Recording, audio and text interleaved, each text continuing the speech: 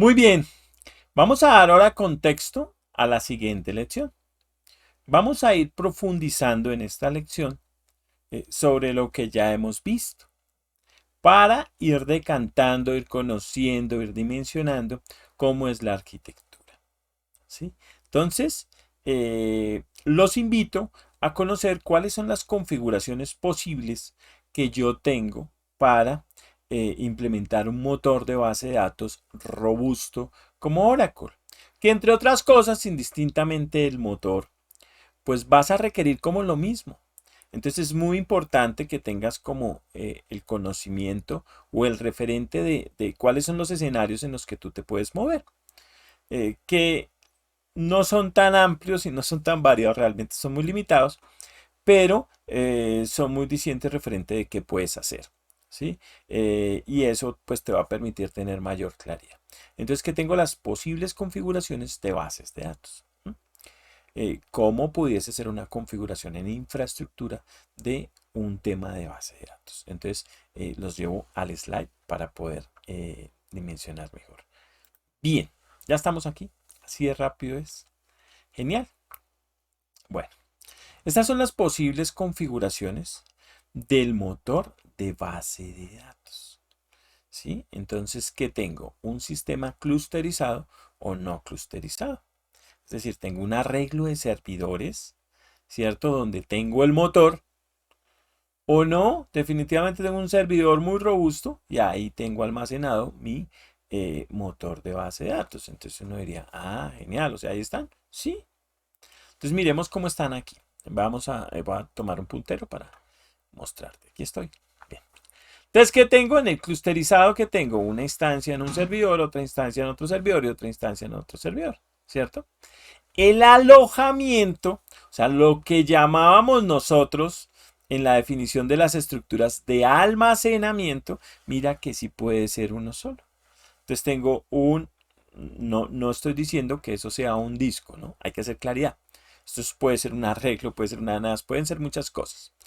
Lo que estoy diciendo es, hay un almacenamiento que va a ser compartido. Es decir, donde vamos a guardar, por ejemplo, como los datos, los puedo compartir. Entonces tengo un sitio donde está ese compartir. Pero las instancias sí las tengo de manera independiente, clusterizados sí, pero en distintos servidores. Ese es un escenario que tengo posible. El otro escenario, no, pues no es clusterizado, entonces simplemente tengo un servidor, en ese servidor se alojan todas mis instancias, ¿cierto? Y tengo un almacenamiento local, en donde tengo los datos de todas esas instancias o toda esa información. Es válida la una y la otra, entonces uno diría, bueno, pero dime como cuál es mejor. Entonces, acá no te puedo decir cuál es mejor, ¿sí? Ambas tienen unas ventajas y tienen unos beneficios, temas de seguridad, temas de transferencia, temas de almacenamiento, son muchas cosas, ¿cierto? Entonces no te puedo decir, bueno, este es mejor que este, porque dependerá del escenario que tú tengas, depende de la organización, del core del negocio, de cómo tengas establecida la seguridad, de las políticas, de los acuerdos de infraestructura, de cómo está esa infraestructura, de cómo puede estar inclusive el crecimiento, porque esto puede ser en sitio, pero yo también lo puedo ir a la nube, también puedo tener una nube híbrida, un sistema que me funcione localmente y remotamente en la nube. Y entonces eso pues me abre a una gran cantidad de posibilidades. ¿Cierto? Antes como que solo lo pensábamos para la organización, pero ahora ese tipo de acuerdos y ese tipo de necesidades pues pudiesen darse. Vas a encontrar una organización en donde esté así. Vas a encontrar una organización en donde de pronto tú puedas, dentro de los temas de arquitectura, pues diseñarla y pensar en que puedes tener una arquitectura híbrida con servidores en sitio y servidores en nube, con servicios locales y servicios remotos en nube. Es totalmente válido.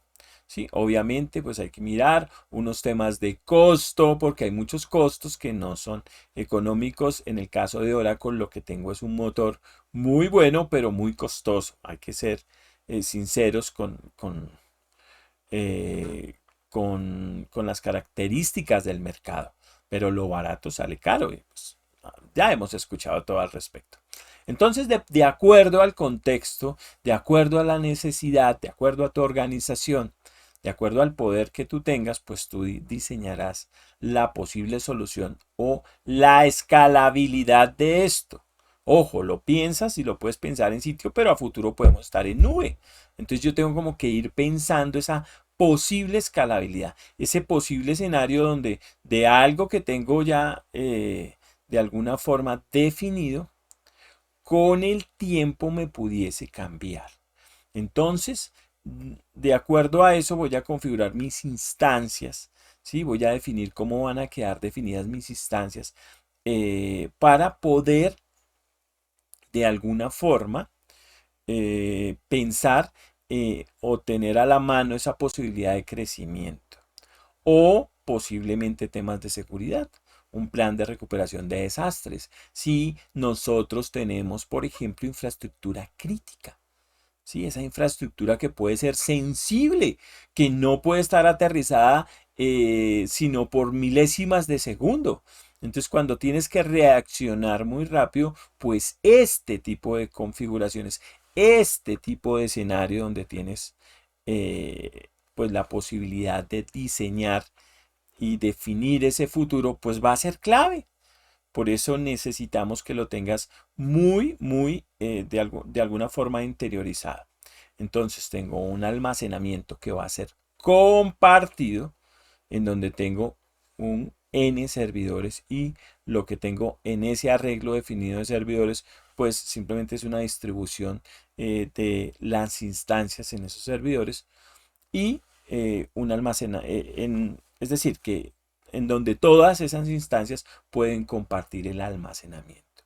Se me ocurre la pregunta, bueno, ¿pueden tener un almacenamiento distinto? Claro que sí, acá todas las posibilidades se nos pueden dar. Estos son como los sistemas con los que uno básicamente los va como identificando, analizando, diseñando, pero tú puedes de ahí para allá, pues digamos, puedes definir muchas más cosas. Y más adelante, cuando veamos ASM y otro tipo de conceptos que van a entrar, en donde hago almacenamiento automático, eh, es decir, gestionas todo el almacenamiento de manera automática, pues se van a abrir una cantidad de opciones. Hasta acá necesito que tengas claras las arquitecturas, las infraestructuras, que puedes tener un sistema clusterizado o no clusterizado, que puede estar en tu centro de datos de una forma o de la otra. Y que puedes estar pensando a futuro tener unas arquitecturas que pueden ser híbridas con tecnología en nube. Bueno, esto era lo que te traía en esta lección. Espero que ya sepas cuáles configuraciones de instancia de base de datos puedes hacer. Nos vemos en una siguiente lección.